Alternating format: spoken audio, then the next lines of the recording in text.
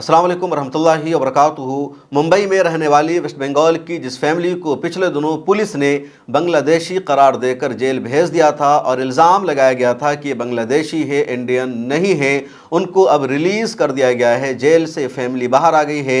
एक बच्चा और 3 औरतों को पिछले दिनों महाराष्ट्र के थाने ज़िला से मुंबई पुलिस ने गिरफ्तार कर लिया और ये इल्ज़ाम लगाया गया कि सब बांग्लादेशी है, घुसपैठिए हैं, ये इंडियन नहीं है और उनको जेल में भेज दिया गया। जबकि उस फैमिली ने मुकम्मल डॉक्यूमेंट्स दिखाए और बताया कि उनका पासपोर्ट बना हुआ है, उनके पास आधार कार्ड बना हुआ है, उनका वोटर आईडी कार्ड बना हुआ है, वेस्ट बंगाल से वो ताल्लुक़ रखते हैं। वेस्ट बंगाल में जहां उनका घर था वहाँ की लोकल पंचायत ने भी बाज़ाब्ता प्रूफ किया कि ये यहीं के लोकल रिहायशी हैं, ये बांग्लादेशी नहीं हैं, ये इनका ख़ानदान, इनके आबा अजदाद यहीं से ताल्लुक़ रखते हैं। मुकम्मल डॉक्यूमेंट्स मौजूद है। इसके बावजूद महाराष्ट्र पुलिस ने उसको नहीं माना, जेल में भेज दिया और कहा जांच होगी, कार्रवाई होगी, उसके बाद फैसला किया जाएगा कि ये इंडियन है या बांग्लादेशी है। इस दौरान ऑल इंडिया मजलिस इत्तेहादुल मुस्लिमीन के नेताओं ने लगातार आवाज़ उठाई, कोशिश की। रुबीना मलिक जो AIMIM के वोमेन विंग की अहम तरीन जिम्मेदार है, उन्होंने वहाँ पर जाकर आवाज़ उठाई थी। अपनी एक वीडियो भी उन्होंने उन दिनों रिलीज़ किया था। उसके बाद उनकी कोशिश की वजह से, जिद्दोजहद की वजह से उस फैमिली को आज रिलीज़ कर दिया गया है। ये फैमिली बाहर आ गई है। वारिस पठान जो मुंबई में ऑल इंडिया मजलिस इत्तेहादुल मुस्लिमीन के नेता हैं, स्पोक पर्सन हैं, उन्होंने भी नुमाया किरदार अदा किया और इन सब की कोशिशों से उस फैमिली को रिहाई मिल गई है। ये फैमिली जेल से बाहर आ गई है। आप इस वीडियो को सुनिए। मैं बांग्लादेशी बोल के उठाया गया था, फोन पूरा छीन लिया गया था, किसी से भी कांटेक्ट नहीं करने दिया गया था। हम ऐसे भटक रहे थे कि हमारा कोई सहारा नहीं था। हम उम्मीद छोड़ चुके थे कि हम निकल नहीं पाएंगे, क्योंकि पूरे डॉक्यूमेंट्स होने के बावजूद भी वो लोग बोल रहे थे ये सारे फेक है, हम इन्हें नहीं मानते। हम बाहर भटक रहे थे, तभी फरिश्ता बन के ये जो MIM टीम है आई, हमारी मदद की।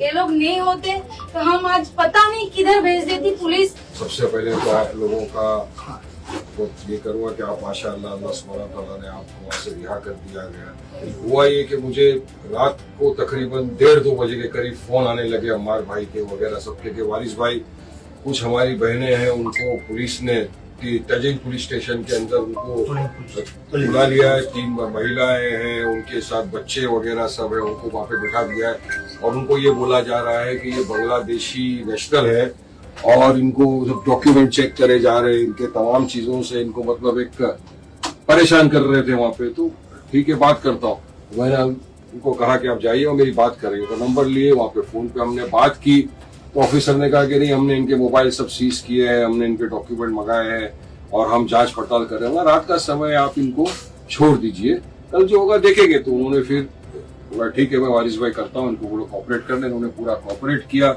हमारी पूरी टीम वहाँ पर थी, हमारे भाई, उनकी बीवी वगैरह तमाम लोग वहाँ पर, हमारे भाई तो बहुत मेहनत की, तमाम टीम मौजूद थी। फिर दूसरे दिन सुबह मुझे पता चला कि वापस उनको बुलाया गया है पेपर कागज डॉक्यूमेंट के साथ, सबको मैं गए और उनको बोल रहे कि डिटेंशन सेंटर के अंदर भेज देंगे। अब तब मैंने फिर वहां से अपने यहाँ से फोन लगाया। मैंने वहाँ के जो कमिश्नर साहब हैं डीसी के कौशिक साहब, उन्होंने बहुत अच्छी रीति से बात किया। पूरा मैं उनका शुक्रिया अदा करूंगा उनका। उन्होंने कहा वारिस भाई हम डॉक्यूमेंट चेक करेंगे, जेन्युइन रहेगा, हम कोई एक्शन नहीं लेंगे, हम उनको छोड़ देंगे, आप इतना इत्मीनान रखिए। और उन्होंने वाकई में बात रखी। जब डॉक्यूमेंट चेक किए, इनका माशाल्लाह सब भारतीय ही है, हमारी ये बहनें वगैरह सब, तो छोड़ दिया गया। मैंने किसी के ऊपर कोई एहसान नहीं किया, इंसानियत का तकाजा, मैंने इंसानियत के खातिर जो कुछ भी किया। और एक पार्टी हमारी जो मजलिस इत्तेहादुल मुस्लिमीन और हमारे कायद बरश असदुद्दीन ओवैसी साहब ने हमको हमेशा से एक चीज समझाया है कि हक इंसाफ के लिए लड़ो, हक इंसाफ बयान करो। ये मत देखो हिंदू मुसलमान सिख ईसाई, जो भी हकदार है हक के लिए बात करो। उनको अल्लाह ने आज अगर एक रुतबा दिया है, पोजीशन दिया है, तो उसको आप यूज करिए और मजलूमों के लिए आवाज उठाइए। मैंने कोई बयान किया, मैं बोला था सर मैं वहां पे आता हूँ उनको छुड़ाने के लिए, तो मुझे कहा गया नहीं आपके आने की जरूरत नहीं है वारिस भाई, हमको थोड़ा टाइम दीजिए। आपके अम्मार भाई, उनकी भाभी वगैरह सब मिसेज सब है तो कर। जी मैं दिल से, तहे दिल से हमारे वारिस साहब जो है खुसूसी स्पेशली उनका तहे दिल से शुक्रिया अदा करती हूँ कि ये जो मुमकिन हुई है, ये जीत जो है, इसका असल कारण जो है वाहिद जो है हमारे वारिस पठान साहब है। इनके यानी अगर ये नहीं होते, अगर ये फोन पर बात नहीं करते CP साहब से हमारे, तो मुमकिन ही नहीं थी ये जीत हमारी। और इनको जो है, ये जो लेडीज है यहाँ पर, इनके आंसू नहीं रुक रहे थे, कल दुआएं नहीं रुक रही थी, हाथ नहीं रुक रहे थे दुआओं के लिए, कि जो है वारिस पठान साहब का नाम ले लेकर ये दुआएं दे रहे थे। ये जो है मुमकिन सिर्फ और सिर्फ हमारे वारिस पठान साहब जो है खुसूसी तौर पर इनकी वजह से ये चीज मुमकिन हुई है। और इन्होंने नाला सोपारा में तुलिंग पुलिस स्टेशन में ये अलग ऐलान, ये डंका बज गया MIM का कि ये जो चीज कर सकता है कोई, अगर इंडियन के जो है एक नेशनलिटी जिसको वापस दिलवाने की अगर कोई ताकत रखता है तो ये सिर्फ MIM है और उनके कद्दावर नेता हमारे वारिस पठान। ऑल इंडिया मजलिस इत्तेहादुल मुस्लिमीन और ओवैसी की पार्टी के नेताओं ने यहाँ पर अच्छा किरदार अदा किया है और एक मजलूम का साथ दिया जिनको जेल से बाहर निकाला गया। इसी तरह मुख्तलिफ इलाकों में एक्टिविस्ट की ज़रूरत है, पॉलिटिशियन की ज़रूरत है, पॉलिटिकल वर्कर की ज़रूरत है जो ऐसे मामलों में पुलिस के साथ जाकर बातचीत कर सके, लोगों के मामला को अदालत में लेकर जाए, मीडिया में बातचीत करे और बातचीत सामने आए कि सच्चाई क्या है, हकीकत क्या है।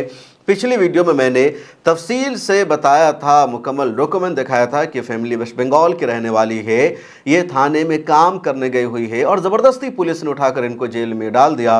अब सच्चाई यह है, हकीकत यह है कि अब तक भारत के मुसलमानों को पाकिस्तान के नाम पर परेशान किया जाता था, डराया जाता था, जेल में भेजा जाता था, दहशतगर्दी का इल्ज़ाम लगाया जाता था। अब 70 साल हो जाने के बाद हिंदुस्तान के मुसलमानों को बांग्लादेश के नाम पर टॉर्चर किया जा रहा है, बांग्लादेश के नाम पर डिटेंशन सेंटर में भेजा जा रहा है, जेल में डाला जा रहा है। असम से आज ही ये खबर सामने आई है कि वहाँ की हुकूमत ने बांग्लादेशी घुसपैठियों को रोकने के नाम पर 18 साल के बाद वालों का आधार कार्ड बनाने से ही रोक दिया है। यानी आसाम की हुकूमत ने फैसला कर लिया है कि 18 साल से ज़्यादा जिसकी एज है और उसका आधार कार्ड अगर अभी तक नहीं बना है तो अब आगे उसका आधार कार्ड नहीं बनेगा।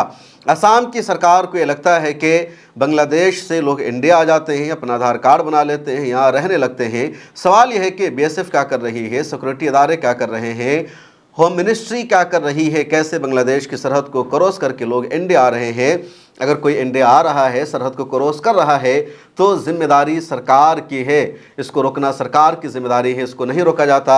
अब असम सरकार को लगा कि हम आधार कार्ड बनाने पर पाबंदी लगा देंगे तो अब शायद कोई यहाँ नहीं आएगा। इस वीडियो में इतना ही, मुझे दीजिए इजाज़त। मिल्लत क्लिप को सब्सक्राइब कर लीजिए, फिर मुलाकात होगी अगली वीडियो में। अल्लाह हाफिज़।